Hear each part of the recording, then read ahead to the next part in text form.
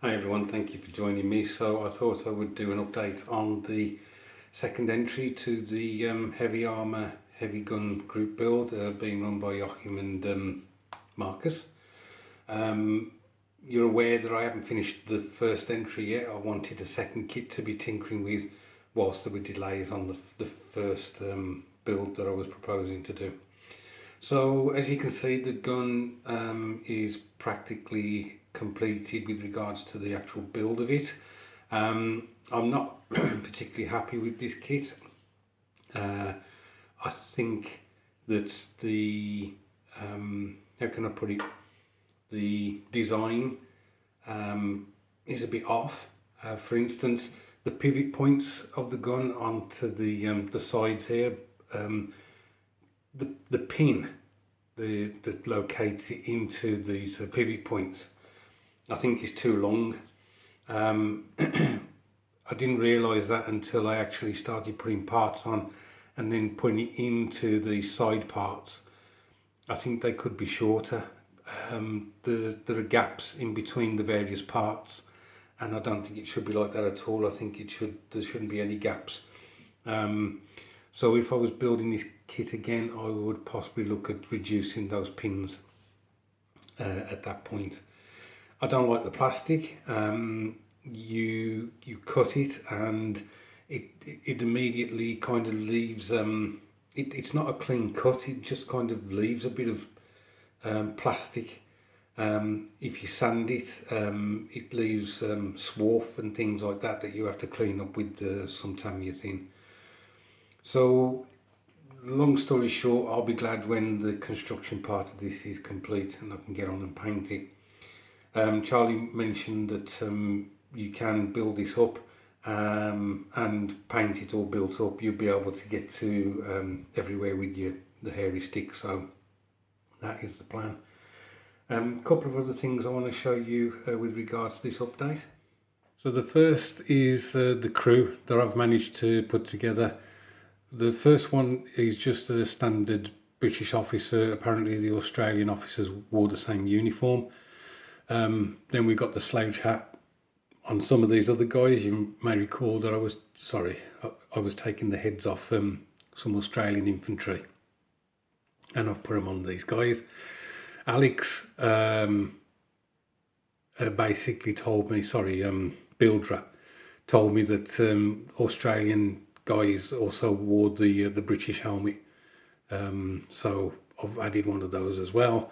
And then there's another guy here in the same pose as the one with the British helmet, but with the slouch hat on. But I had a real big issue with these figures. Back in the day, I thought soft plastic figures didn't react well to liquid cement. So like the Revel Contactor and Tamiya Thin.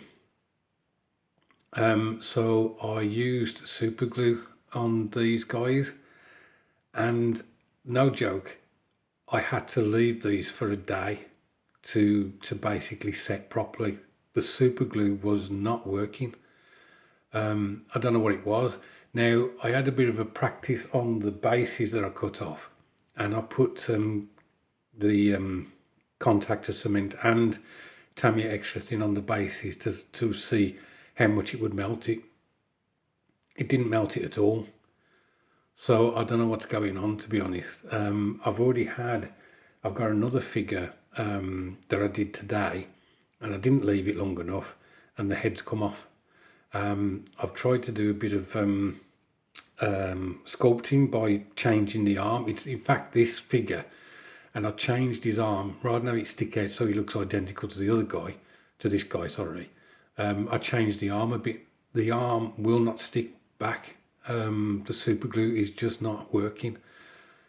But I've got these 5 guys. Hopefully the 6th guy that I was doing will work at some stage. But these guys are ready to get some primer on them, and I can start looking at painting them, which I am looking forward to, and I hope I do a good job, because they will set off the scene, to be honest. It's the figures, I think, quite a lot in dioramas that really make things pop. So that's that. There's one other thing I want to show you. Okay, so obviously being an artillery piece, we need at least one artillery shell. This is I made from a piece of sprue. Basically, I found one that was the right diameter for the barrel of the gun, and then I just started sanding and fettling to get the shape I wanted. I tried to do the what's it called, the band that goes round it. I forgot what that's called now.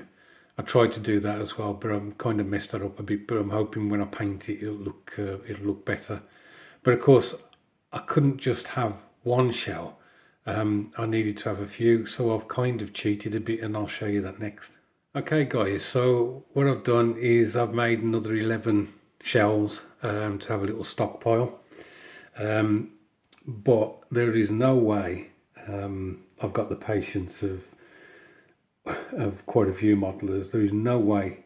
Sorry, I haven't got the patience of other modelers. I was going to do another 11 shells by sanding them and shaping them. So I've cheated, and that's the whole point of this canvas cover. If I take the cover away, you can see that it's just sprue. So I just made sure that one end was nice and neat, so it was the the end of the shell, and then I'm just going to put that canvas cover on so it looks like they've covered the fuses up or something. I don't know, perhaps it's a bit wet or something like that. So I'm hoping with the figures, with this item, with the one like complete shell, the dio will look reasonable. As I say, I really want to get this gun all together, glued, and so I can start painting it. Anyway, that's it. Thank you for watching. I hope your weekend is going well. It's late Saturday night now. Look after yourselves. I'm really enjoying watching your videos, guys. Please keep them coming because there's something to watch whilst hobbying. And that's it. I'll catch up with you soon.